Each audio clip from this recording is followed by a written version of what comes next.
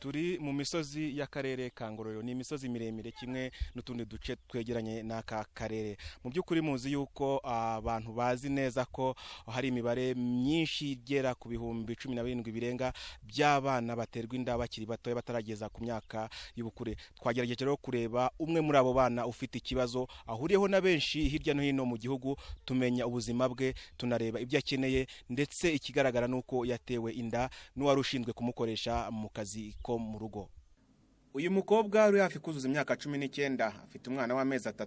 Avuga ko yakoraga akazi ko mu rugo mu karere ka Rubavu, akaba yaratewe inda n'uwari umukoresha we yitwaje ububasha yari amufiteho. Umupapa nakoreraga, nuko rero araza nyine amfata ku ngufu. Nuko rero nangiye hashize agahe gato bahita banyirukana bitangaruka inaha aho mvuka.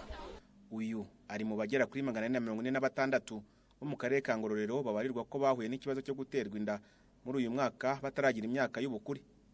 Avuga ko yahuye n'ingaruka zikomeye kuko usibye kutagira ababyeyi, nyuma yo kwirukanwa n'uwamuteye inda yateranwe n'abagize umuryango we. Nabwira abana bakifite wenda babasha kubona ababyeyi babarera. Abafite ababyeyi ntibazagira ahantu bajya ngo bagiye gukora cyangwa ngo babashuke ukundi kuntu uko byangizeho ingaruka nini cyane. Turi mu nzu uyu mwana w'umukobwa abamo ndetse n'umwana we aherutse kwibaruka. Mu by'ukuri n'ubuzima bugoye, ndetse iyi nzu aratubwira yuko kugira ngo abashe kuyibona byasabye yuko hari abaturanyi bashyira hamwe amafaranga kugira ngo abashe kwimukodeshereza mu gihe cy'amezi 2 gusa. Afite impungenge rero yuko igihe aya mezi yabarangiye hatabonetse andi mafaranga byazamugora kubona handi hantu ho kuba, nanone mu gihe iyi nzu barimo kumwubukira yaba itaruzura nabwo byamugora. Ubwo rero hategerejwe ubufasha bwa buri wese kugira ngo ababashije kugira uko abaho. Muri rusange bamwe mu rubyiruko ndetse n'ababyeyi bashyira mu majwi abangavu ko batakira ubuzima babayemo no kugira irari ry'ibyo batabashije kubona, bagashukishwa n'ibintu byoroheje. Usanga rimwe na rimwe ababyeyi bakunda gutererana abana babo, gasanga bagiye hirya bagahura n'abantu babashuka, bikaba ngombwa kugira ngo batware izo nda nk'ayo mandazi cyangwa ibintu by'inkweto n'imyenda. Naha birahari ariko ntabwo ari byinshi cyane, ariko rero biterwa n'abana bakunda iraha. Iraha ry'abana bajyamo noneho bigatuma batwara inda z'indaro.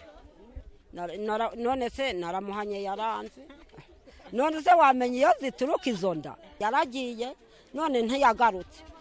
Nkaba mfite umwana wanjye wagiye Igitarama kera rwose yasize umwana mutoya. Umukobwa w'umurenge wa Matyazo arimo gusirizwa ikibanza kizubakwamo inzu yamugenewe. Umugenzuzi mukuru wungirije wa GMO ushinzwe kurwanya ihohoterwa rishingiye ku gitsina, Mukanasira Caritas, avuga ko nubwo umwana yaba yatwaye inda wadakwiye kubura aho aba, ariko nanone agakazwa ibihano ku basambanya abana. Hari abandi benshi bameze nk'uyu bafite ikibazo nk'ike, aho bari sinangombwa ngo abantu bubake. Tugomba kugaruka tukagira umutima nyarwanda, tukaba twamufasha akaza mu rugo, akaza mu bandi bana, tukamufatira umwana agakomeza ubuzima. Niba yarigaga agakomeza akiga, tuzamukurikirana ku buryo nawe dufatanyije n'inzego zibishinzwe n'amakuru azaduha. Ndakeka muri uru Rwanda nta uri hejuru y'amategeko, nawe tuzamubona. Umunyamabanga wa leta ushinzwe imibereho y'abaturage muri Minisiteri y'Ubutegetsi bw'Igihugu, Dr. Rivera Mukabaramba, yavuze ko igihugu gishyize imbaraga mu guhangana n'ikibazo cy'isamanywa ry'abana, ariko nanone imiryango ngo igomba kugira uruhare mu gukemura ibibazo birimo. Kuri ibibazo by'iterambere ry'uburinganire n'ubwuzuzanye hari ahantu bihurira n'ihohoterwa riri mu muryango. Ntabwo tubitandukanye. Iyo utumva kimwe n'ikindi kiziramo. Urwego rw'igihugu rushinzwe kugenzura ihame ry'uburinganire bw'abagabo n'abagore mu iterambere ry'igihugu ndetse n'abafatanyabikorwa barwo batangije ubukangurambaga bugamije kongera uruhare rw'abaturage mu kurwanya abasambanya abana, imirire mibi, isuku nke, kurwanya ubukene n'ibindi bibazo byugarije umuryango. Jean Claude Mutuyeyezu mu karere ka Ngororero.